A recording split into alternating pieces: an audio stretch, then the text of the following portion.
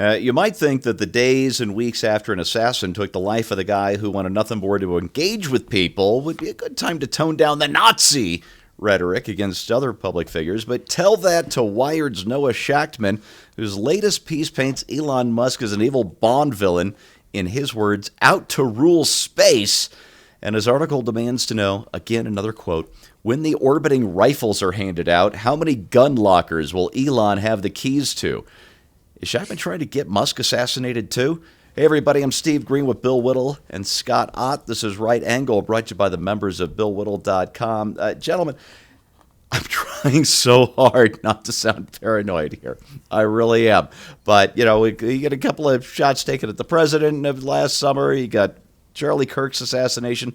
And when Shachtman tells his Wired readers, another quote, that you've watched Elon Musk stomp and smash and rage his way through politics and policy so that they understand what's at stake if he's given an outsized role in the weaponization of space, end of quote. Well, it's easy, at least for me, to imagine the next Tyler Robinson carving death messages into a few shell casings. Bill, we keep getting told by the left that silence is violence, so what do you call an article like this one? I just want to go back to the question of, how many lockers will he have the keys to for guns in space, and I think the answer is all of them. So somebody else better get on the stick here. I don't think at this point we need to completely rehash the danger of Nazification of your opponents or all the rest of it. And I agree. Right after the Charlie Kirk thing, you think they'd be wiser, but they can't help themselves. This is how they're built. But the case of Elon Musk is, to me, just very different than let's say Donald Trump or any other political leader. Before Elon, when Elon Musk voted for Joe Biden back in 2020. He was the darling of the left. He was making electric cars to save the planet, and he was giving us a future in space, and he was going to get paralyzed people to walk with his Neuralink and all the rest of it. And then the guy comes out and admits he has just some different politics than you, and now he is not only Satan incarnate, he's a threat to our democracy and all the rest of this nonsense that they put out. We were talking on our backstage show. That, in fact, just a couple minutes ago before we recorded this, we were talking about the fact that Elon Musk has said, you may think you want to be me and live my life, but trust me, you don't. And this would be foremost among the reasons, as far as I'm concerned, the idea that you can't walk out to your car, you can't go to the grocery store, you can't walk in the park, you can't do anything. You're the richest man in the world, and you've got a political target on your back. I would say that Elon Musk is at marginally less risk than the president of the United States. Fortunately, he's got the means to afford his own private security. But I mean, who wants to live like that? And he shouldn't have to live like that. I know that's a utopian thing to say, and I know we don't live in a utopia. But honestly, you shouldn't have to. You shouldn't have to be concerned about it as a matter of daily consequence. It's one thing to have a lone lunatic walk out of a crowd and take a shot at you, but when an entire, quarter, a third, wasn't it 56% of Democrats said they felt that assassination was justified under some means, and it's just that's a lot of people, Steve. That's a lot of people. Millions and millions of people. Yeah, it is. It's 100 million people. And the chance of you hitting a lunatic when 100 million people fundamentally, agree with the idea that you should be, killed for who you are and what you've done.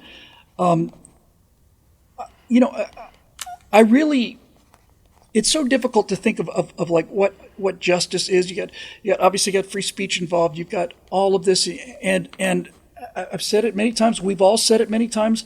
I don't want any physical harm to come to anybody, but I do think it would be illustrative for the person that wrote this article to live in the kind of I don't want to say fear, but to live in the environment that Elon Musk lives in for a week.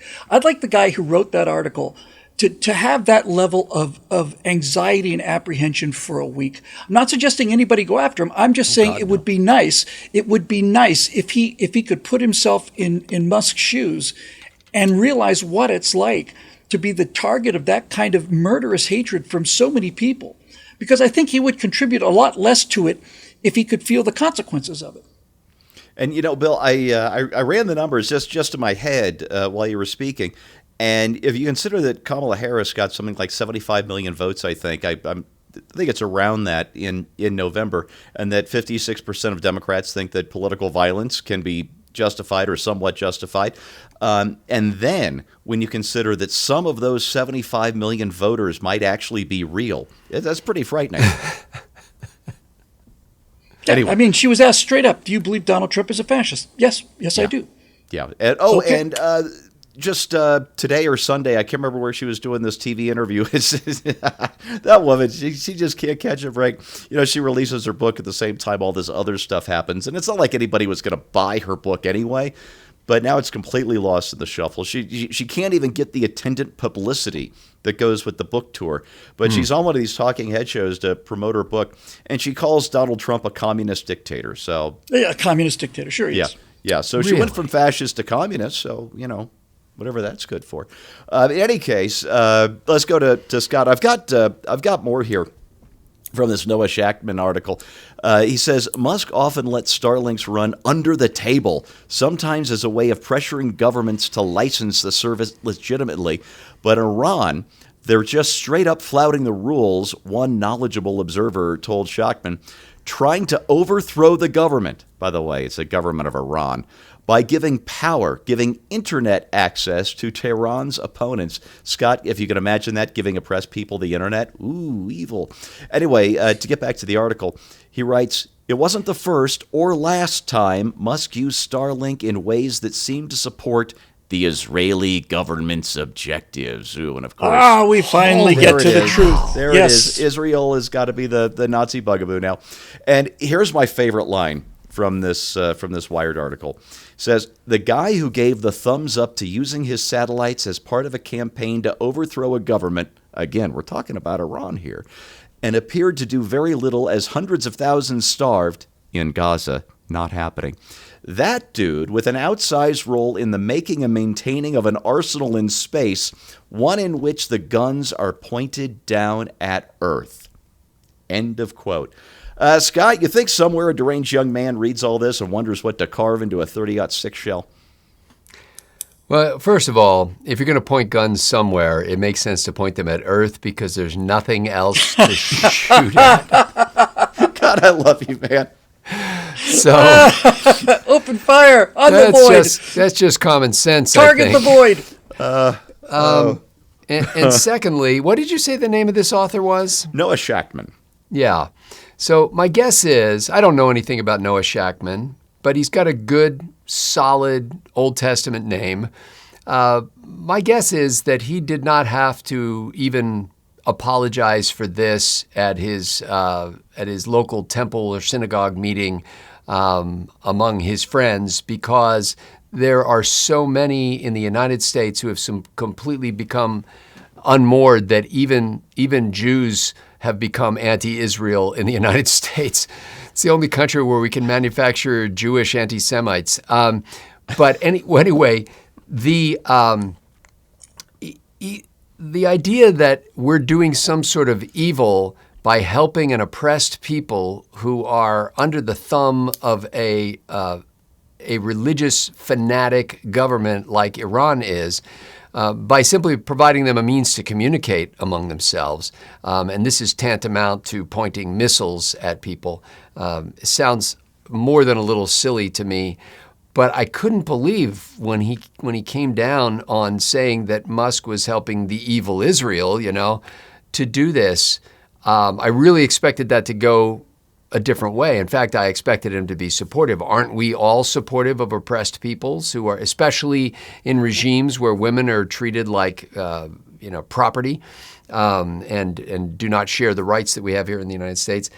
It's the good news about this is that probably very few people will read this piece, and I'm afraid we have doubled the audience for it by just doing this show about it. But yeah, I know. I blame you. But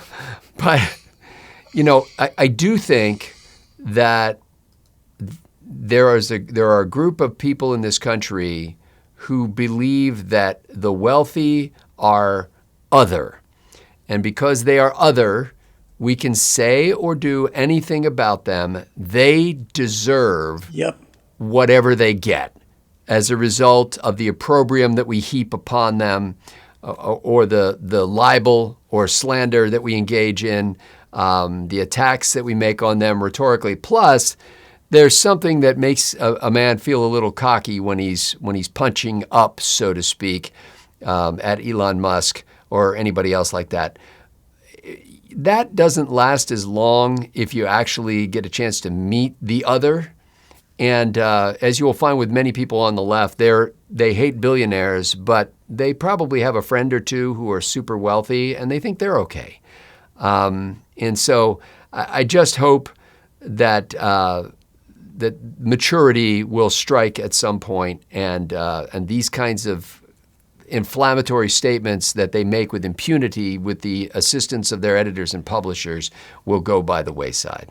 Can I just add one thing, Steve? I just wanted to say something directly to Elon because he never misses an episode.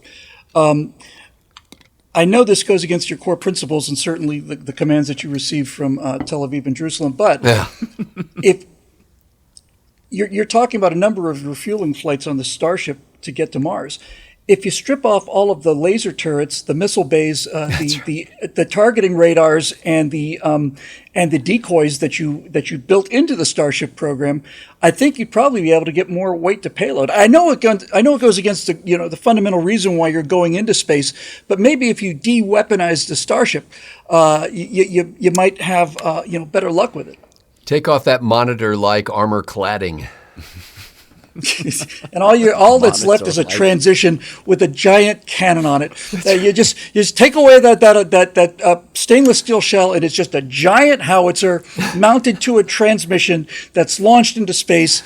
And then the fairing comes off, and the gun points down, and you get one shot because once you fire that shot, the thing goes tumbling off into the void. Yeah. The whole Starship is your empty that clatters on the floor. I've lost control of my own segment Sorry. this week. It happens sometimes. Yeah, well, that's what you get for bringing stuff that's so ridiculous. Too much fun. Yeah, so the Shagman thing, he's all worried about that Starshield and Golden Dome are going to become Elon Musk's private arsenal in space. I don't know. Maybe he does a lot of drugs. If he sold a subscription to a private Golden Dome, I would buy one. Oh, absolutely. Absolutely. All right. So I like Scott's point about how he sort of vilified people, but there's a serious element to this, and it's how the left operates. And I don't even have to be paranoid because there's no conspiracy theory required in this, just years and years of me watching this play out time after time.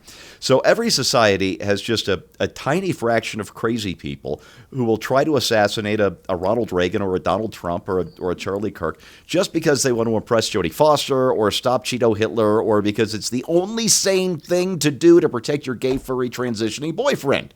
We're talking, rock solid, grounded sanity here. But seriously speaking, all these crazy people need is enough shoves in the right direction, and the left-wing media gives those shoves 24/7, 365. And so I think I've made a huge mistake. I think Scott's right again. I made a huge mistake in bringing this up. You got to ignore these magazines like Wired. You've got to ignore ABC News. You've got to ignore CNN and Disney and drive these people out of business because they're out there pushing the crazies to do really bad things. That's your right angle on that, brought to you by the members of BillWhittle.com. Thanks for watching. We'll see you next time.